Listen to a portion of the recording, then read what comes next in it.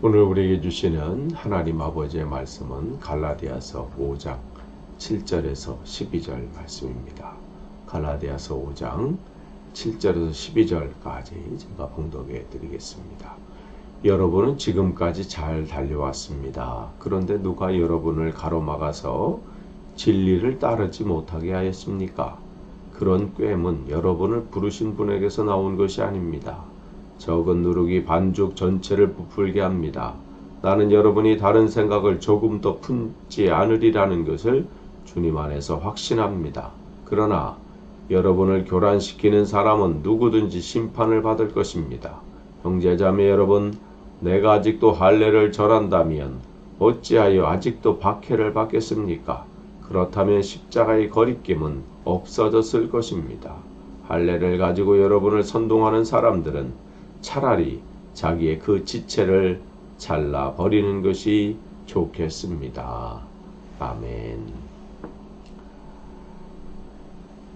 바울은 지금 갈라디아 교회 성도들이 율법적인 신앙생활, 그러니까 자기들이 뭔가를 잘하면, 열심히 하면, 율법을 잘 지키면 하나님이 더 기뻐하시고, 그렇지 못하면 안 좋아하신다. 이런 다른 복음을 전한 사람들의 소리에 마음을 빼앗긴 거예요. 무엇을 듣느냐는 참 중요해요. 그래서 내 주변에 어떤 사람이 있느냐는 참 중요하거든요. 근데 또 안 들을 수는 없잖아요. 그러니까 잘 우리가 그 생각을 하셔야 돼요. 지금 그들이 그 다른 복음, 바울은 지금 멀리 떨어져 있고, 이들은 같이 옆에 있으면서 바울에 대해서 수근거리고, 바울은 원래 이런 사람이고, 원래 사도는 아니고, 원래 우리를 박해했던, 핍박했던 사람이 그러면서 그가 전하는 그 복음은 좀 부족하다. 그렇게 하면서 진짜는 이거다 하면서 이렇게 한 거죠. 그러니까 바울은 그 소리를 들었을 때 정말 안타까운 거예요. 그러면서 오늘 편지에도 얘기하잖아요. 지금까지 잘 했는데 그 말씀을 듣고 그들이 기뻐하고 그 기쁨을 또 나누고 자기만 간직한 것이 아니라 주변으로 또 전도를 해서 그들도 그 평안으로 기쁨 가운데 거하도록 하는 이 살아있는 그러한 교회의 모습을 또 자기도 보았고, 바울 자신도 보았고, 또 그 소식을 멀리 떨어져서도 들었는데 어느 순간 교회가 잘못돼 버린 거예요. 그러니까 왜 잘 오다가 그랬습니까? 참 그렇기 때문에요, 이 신앙의 경주는 오늘 내가 잘 하고 있다고 해서 안심할 게 아니에요. 내일 또 어떻게 될지 몰라요. 그러니까 신앙은요, 매일매일 두렵고 떨리는 마음으로 점검하고 하루하루 잘 갈 수 있도록 해야 돼요. 그러니까 오늘 내가 부족하다고 해서 또 낙심할 거 없어요. 하나님께서 계속 이끌어서 인도하실 겁니다. 우리가 포기만 하지 않으면 돼요. 가다가 중단만 하지 않으면 돼요. 그러니까 계속 한 걸음 한 걸음. 그래서 디모데후서 4장 7절에서 8절, 거기 바울의 고백, 이제 디모데후서 이 전서 후서는 바울이 이제 마지막 때 쓴 거 아니에요. 그 생애 이제 후반기에 나는 선한 싸움을 다 싸우고 나의 달려갈 길을 마치고 믿음을 지켰습니다. 그러니까 그 매일매일의 삶 속에서 바울은 정말 오늘 이제 만족하는 게 아니에요. 오늘 열심히 했고 어제까지 내가 대단한 사람이었다, 그러니까 난 괜찮다가 아니라 오늘 나의 분량을 또 달리는 거고, 매일매일 달리는 거예요. 누구랑 비교할 것도 없고, 그래서 교만하거나 좌절할 것도 없어요. 그냥 나의 달려갈 길을 그냥 달리는 거예요. 마지막에 우리가 이런 고백이 있어야 돼요. 나는 믿음을 지켰습니다. 그 다음에 뭐라고 하나요? 이제는 나를 위하여 예비하신 의의 면류관이 마련되어 있기 때문에 그것은 그 기쁨 가운데 있는 거예요. 바울은 자기뿐만 아니라 모든 주님을 사모하는 모든 이들에게 하나님이 예비하신 의의 면류관이 있다는 거예요.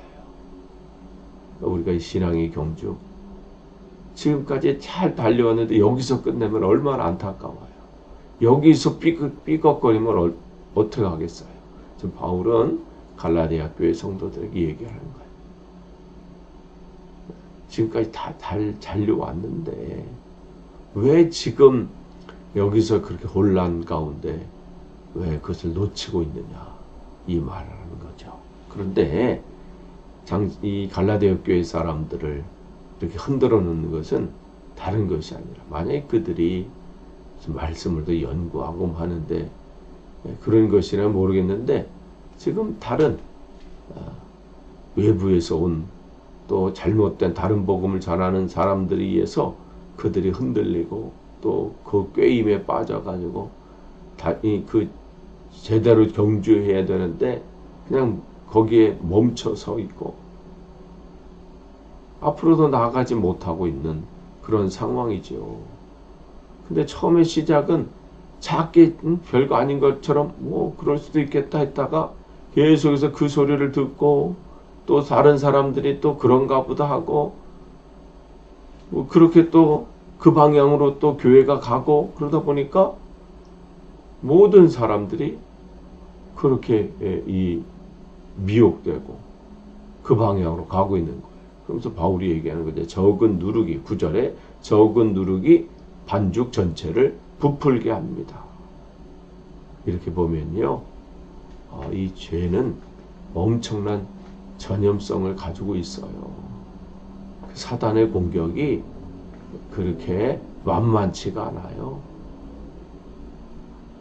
내가 어떻게 하면 주님 앞으로 더 가지 못하도록 이 신앙의 경주를 끝까지 완주하지 못하도록 이 방법으로 저 방법으로 아니면 뭘 공격하면 그 사람이 신앙에서 떠날지를 확실하게 알아요. 그러니까 그게 어떤 사람의 말일 수도 있고 어떤 행동일 수도 있고 나에게 처한 어떤 환경이나 내가 당한 어떤 사건일 수도 있고 하여간 사단은 할 수만 있으면 우리의 마음과 생각을 흔들어 놓고 빼앗아서 내가 이 신앙의 경주를 못 가도록 더더욱 신앙이 성장하는 그때는 더 큰 시험으로 더 큰 공격으로 왜냐면 그걸 더 잘하니까 분명히 아셔야 돼요. 이걸 모르면요 계속해서 넘어져요. 그럼 누구만 손해냐? 자기만 손해인 거예요. 그러니까 지금 누룩이 반죽 전체를 부풀게 하는 것처럼 죄는 전염성이 있기 때문에 그러면 이 사단이 여러분에게 공격하는 그 빌미를 주셔서는 안 되고요. 뭔가 여러분을 공격하는 거 보인다. 이걸 통해서 또 이 상황과 또 이 말과 또 이런 걸 통해서 내 믿음을 흔드는구나. 내 신앙생활을 멈추게 만드는구나 했다면 단호하게 그것을 여러분이 처리하셔야 돼요.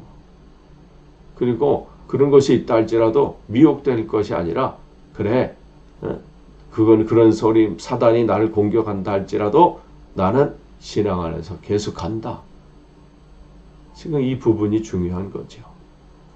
바울은 지금 이 10절에 나는 여러분이 다른 생각을 조금도 품지 않는 것을 주님 안에서 확신합니다. 공격한다 할 때 거기 마음 빼앗기지 않고 공격하는 자들은 그 사단인 거죠. 공격하는 자들은 누구든지 하나님의 정해진 때의 심판을 받게 된다는 거예요. 그러니까 그건 그렇지만 나까지 그 심판의 대상자가 돼서는 안 되잖아요. 나는 믿음의 길을 걷는 거예요. 그러면 11절에 내가 그 할례를 전했다면 내가 어찌하여 박해를 받겠습니까? 그렇다면 십자가의 거리낌은 없어졌을 겁니다. 자기는 이제는 율법 안에서 그걸 행하느냐 아니냐 여기서는 자유롭다는 거죠.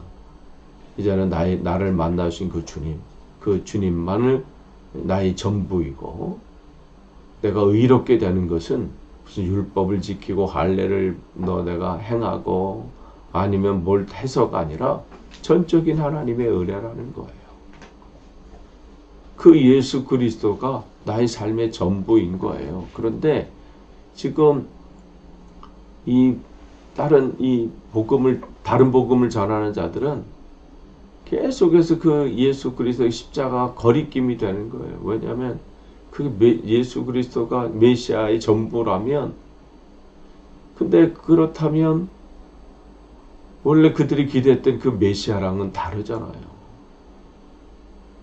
그러니까 지금 이 유대인들에게 있어서 이 예수 그리스도는 원래 그들이 기대했던 그 메시아는 강력한 힘을 가지고 자기들을 압제하는 이 로마의 압제에서 구원을 해주고 해방시켜주고 새롭게 하는 뭔가 있어야 되는데 너무 연약하게 정말 초라한 모습으로 세상을 떠난 거예요. 그러니까 그들의 생각에는 메시아일 수가 없는 거예요.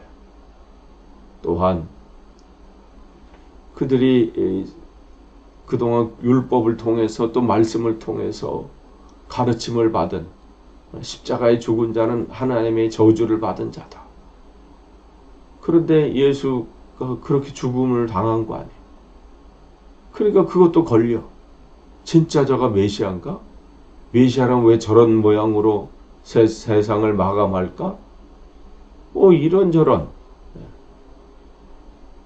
그러니까 지금 바울은 그런 걸 하나하나 이렇게 하다 보면 메시아를 맞이할 수가 없다는 것이죠. 그러나 나는 진짜 그 말씀 안에서 제대로 된 복음을 전한 것이고, 그래서 그 복음 안에서 나는 자유하고 주님이 주신 그 기쁨을 누리고 평강을 누리고 있고, 나는 그것을 당신들에게 전한 것이고, 그래서 지금 함께 신앙생활을 잘 하고 있다가 왜 지금 와서 그것이 흔들리는 것이 너무 안타까운 거예요. 그러면서 12절에 그 할례를 계속해서 강요하고 또 다른 복음을 전하고 있는 이들에게 경고하고 있는 거죠. 여러분을 선동하는 사람들은 그렇게 할례 받는 것이 중요하고 그것이 이 구원의 이 마지막 그 표징이라면 그 할례만 받을 것이 아니라 다른 지체들도 다 잘나가지고 더 열심히 있는 모습을 보이라는 그 내용이에요. 그 지체를 잘라버리라. 그들은 그것만 잘릴 것이 아니라 다른 자를 수 있는 데 다 잘라버려서 더 열심을 내라는 거죠. 하나만 하면 열심히 그거밖에 안 되잖아. 그럼 더 많은 것으로 뭐 자르고 뭘 또 지키고 그럼 하나님이 더 기뻐하실 거 아니냐? 그러니까 그들을 지금 비판하고 있는 거예요. 왜 자기들도 지키지 못하고 그 올가 매는 그 멍에를 왜 사람들에게 매어서 그들을 왜 힘들게 하는지 이 부분을 얘기하고 있는 거예요. 신앙생활은 그렇기 때문에 먼저 믿는 사람들이 정말 그 길을 제대로 가야 따라오는 사람들도 제대로 갈 수 있어요. 그렇지 않으면요, 자기도 잘못된 길로 가고 따라오는 사람들도 저분이 저렇게 하니까 저렇게 하는 건가 보다. 근데 그들도 힘겹게 신앙생활하게 되는 거예요. 오늘 저와 여러분이 헛된 것에 우리 마음과 생각을 빼앗기는 것이 아니라 온전히 주님이 나에게 주신 그 은혜, 그 주님만 바라보고 그 안에서 주시는 그 기쁨과 평강을 누리는 저와 여러분이 되기를 축복합니다. 기도하겠습니다. 오늘도 주신 말씀 다시 한번 붙잡습니다. 우리에게 주어진 매일매일의 삶이 헛된 것에 마음을 빼앗겨 헤매이는 인생이 아니라 온전히 주님의 말씀 안에 거하고 주님이 주시는 은혜와 평강을 누림으로 우리의 삶이 복되도록 인도해 주시고 우리의 이 신앙의 여정을 또한 다른 사람들에게 보여주므로 그들 또한 주님이 주시는 평강을 기쁨을 누리는 그러한 신앙생활에 영향력을 끼칠 수 있도록 인도해 주옵소서. 오늘부터 우리가 전교인 또 수련회가 있습니다. 하나님 가는 길 오는 길 지켜주시고 또 그 가운데 주어진 하나님의 말씀 가운데 우리가 새롭게 되는 복된 시간 되도록 인도해 주옵소서. 감사드리며 예수님의 이름으로 기도합니다. 아멘.